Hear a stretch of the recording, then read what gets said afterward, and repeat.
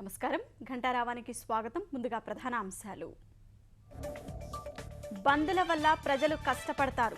ఆస్తులకు నష్టం కలగకుండా ఉద్యమం చేద్దామని పవన్ పిలుపు.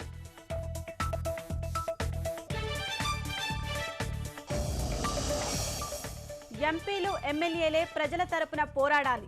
ప్రజా ప్రతినిధులందరూ చేతులెత్తేస్తే జనసేన నడిపిస్తుంది.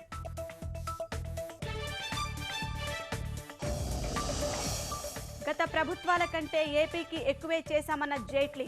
ప్యాకేజీపై ప్రజలకు వివరిస్తామన్న నిర్మలా సీతారామన్.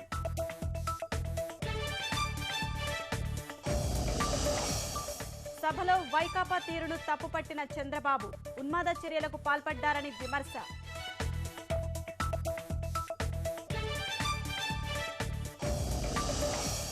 ప్రత్యేక ప్యాకేజీతో ఒరిగేదేమీ లేదన్న జగన్. కేంద్రం నుంచి తెదేపా తప్పుకోవాలని డిమాండ్.